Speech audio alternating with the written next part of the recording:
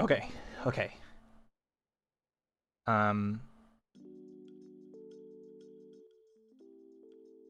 is I assume the music's really, really quiet, but we're gonna play. Well, not gonna play. We're not gonna play. We're gonna watch. We're gonna watch a game. And we're gonna talk about and. Oop, who the heck is that? This guy's actually crazy. I think that guy's actually really good. We're gonna watch this game. This is just a normal, but it's still. I think there's a really good example in this game of how to transition your lead, when everything else is kind of failing. But while we're doing that, obviously, I came in here with the idea of doing cognitive distortions, right? Because, that's the thing that we're doing right now, cognitive distortion. So if you don't know, once again, I will be reading off of this list. It's a basic kind of explanation of them from cognitive distortions. It's from therapistaid.com. And you'll get this sheet if you ever go to behavioral health services, and you do like CBT, DBT, whatever you're going to do.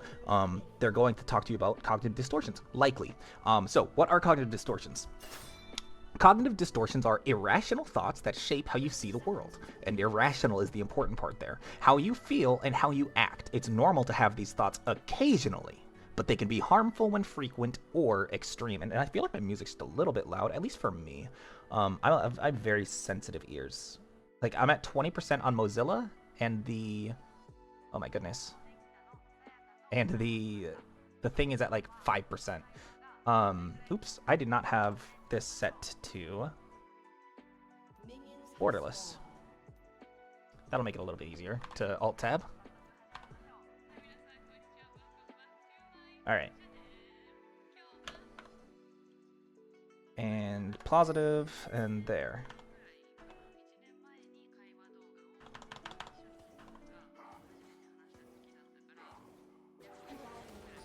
Okay. So, cognitive distortions. What are we going to be talking about now? Oh my god, I need to zoom out. There we go. Perfect. It took me a while, but we got there. Last time we did magical thinking. This time we're going to be doing personalization. So personalization is the belief that you are responsible for events outside of your control. My mom is always upset. She would be fine if I did more to help her. So how can we go about personalization? At least let's do a small example in League of Legends. So here's one that is very, very common, that like you justify a lot of your actions post by doing just personalization. So you're playing, let's say you're playing Wukong, and your top laner is taking a fight that you do not want. Well, your top laner uses their dash. Let's say top is Wukong and you're playing Sejuani. All right, so Wukong goes in. Well, turns out that it's actually a losing fight.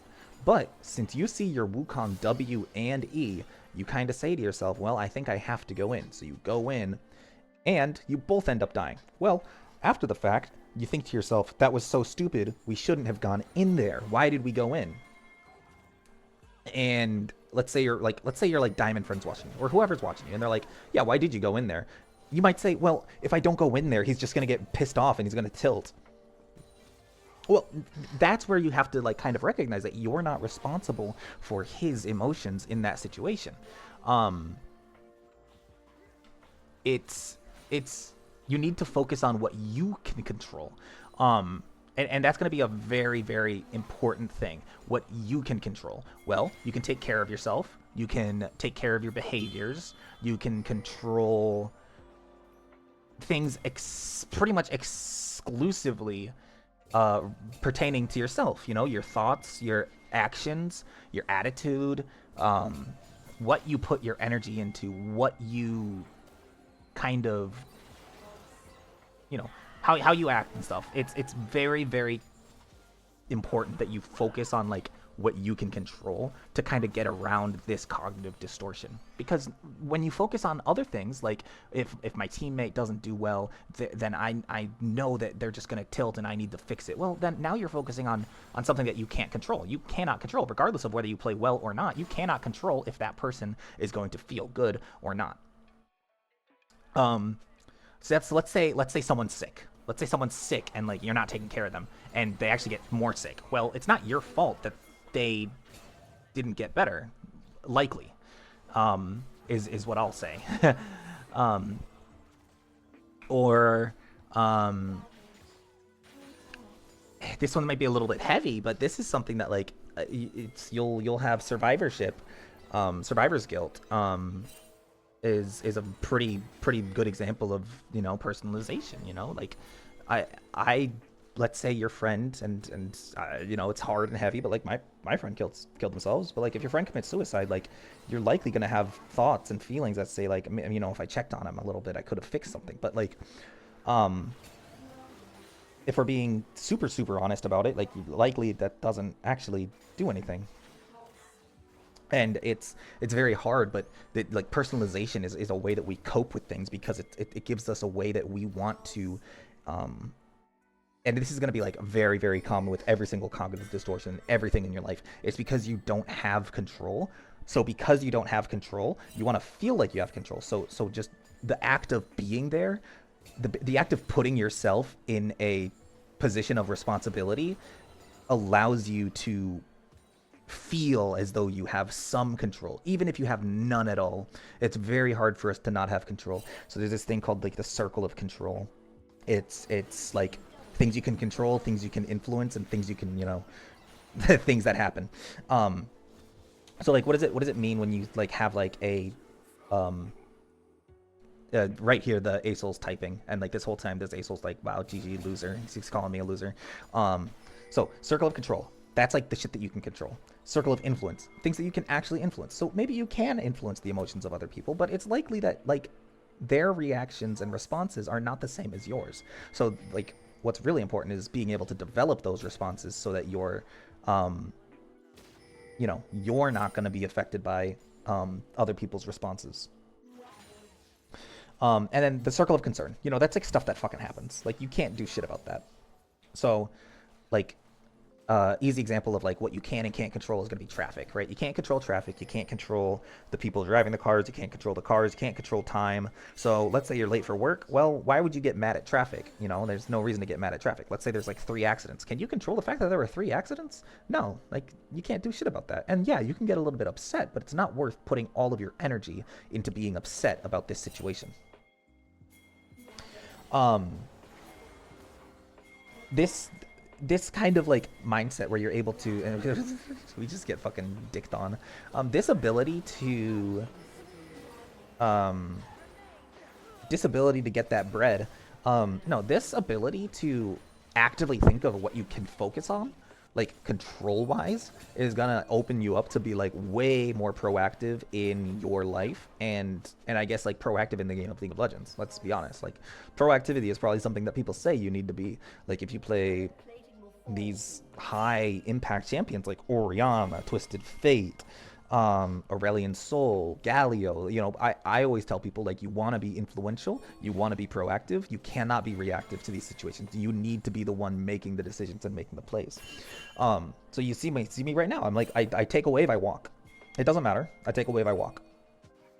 Um, my presence is far more important than not. And holy shit, that Viego flash like actually took me fucking to the side. I like freaked out. I could not believe it.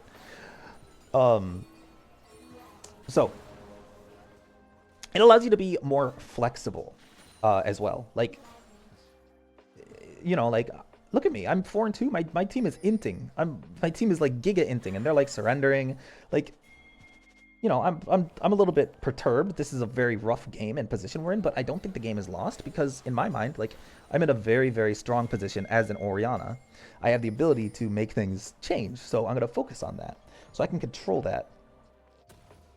Personalization is very linked to anxiety and depression. Obviously, most of these things are going to be linked to anxiety and depression. But you put blame on yourself, and the way that you can like kind of like deal with personalization is, I'm going to say it again, like that circle of control, things you can control, things you can influence, and things that you cannot control at all.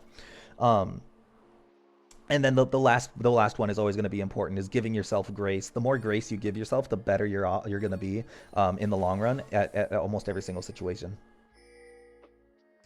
Um, but despite the things you can't control, you can always control some aspect of that situation. Um,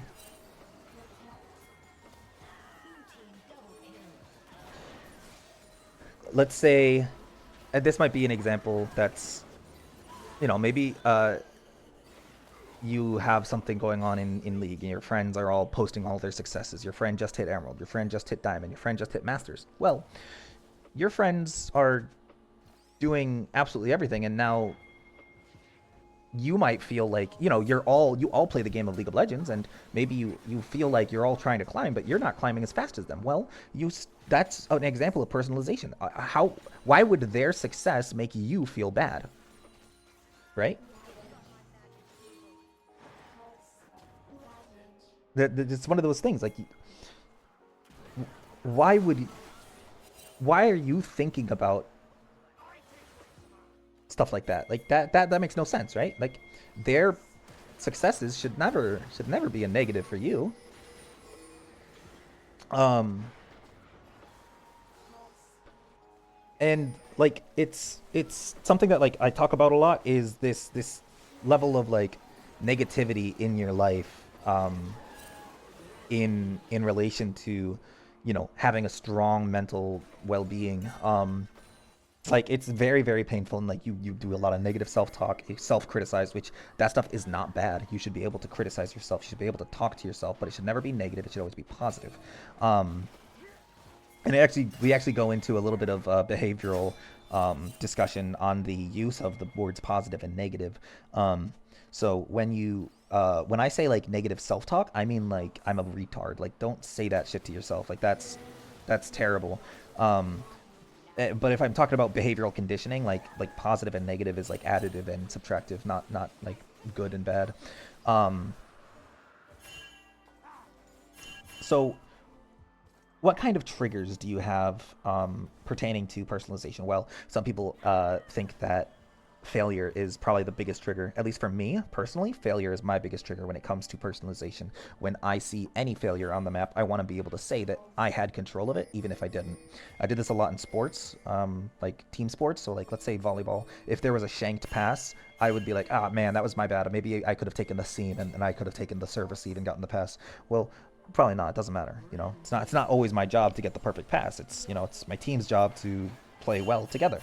Um, but that was a big trigger. Is this type of, like, the failure was really, really big for me. I always had issues with failure. But failure is actually probably one of the most important things to growth. Even even the success of the team that I attempted to coach, like, that was, I pinned a lot of their solo queue failures, I'll say, and successes to, I'll say there was no success that I believed in, and every failure that I believed in. So, like, everything that was good was not my fault and had nothing to do with me, and everything that was bad was actually my fault. And that's something that you might see a lot with personalization as well, is this disconnect of um, anything good, and that's what we call disqualifying the positive, which is another, like, section of, like, all or nothing, or like magnification, minimization, and we'll get into that a little bit. But it's a little bit, it's a little bit hard. um, and I fail a lot now. I'm very good at failing, um, but uh, it doesn't affect me as much as it probably could have or should have in a lot of things. Um, I think that's something that, like, you want to maybe do, is sit down with a coach, or sit down with anybody, and kind of discuss exactly what it means to have a circle of control or influence in a game of League of Legends on any given champ. I think that there are a lot of things that you can control and a lot of things that you can't control. So think about this. If I was going to make a circle of control for myself right now, it would probably be, um, I can control my lane, I can control my farm, um, and then the next part is, I can control my ability usage. Um, I can control the items that I buy. I can control when I take a reset. Um, I can influence the fights adjacent to myself. I can influence the vision and decisions my jungler may make. I can influence my team by pinging as much as I can. I cannot control if my teammates get tilted. I cannot control if they decide to take bad fights. I cannot control the decisions that they actually take, but I can influence them. I cannot control what decisions they make, but I can influence them. And I think that's the most important part, is knowing to differentiate between the things that you cannot control and the things that you can influence and the things that you can control. These things are very, very fine lines. Like, if my support goes in, I can say that I made that decision, but I can also maybe um, say, like, that I didn't make them do anything. You know, it's very hard to say what they did or didn't do because of me, whether I influenced that. Obviously, I can't actively control the decisions they made, but I can actively influence them. And I guess having a healthy understanding of all of these things is what's going to be the most important.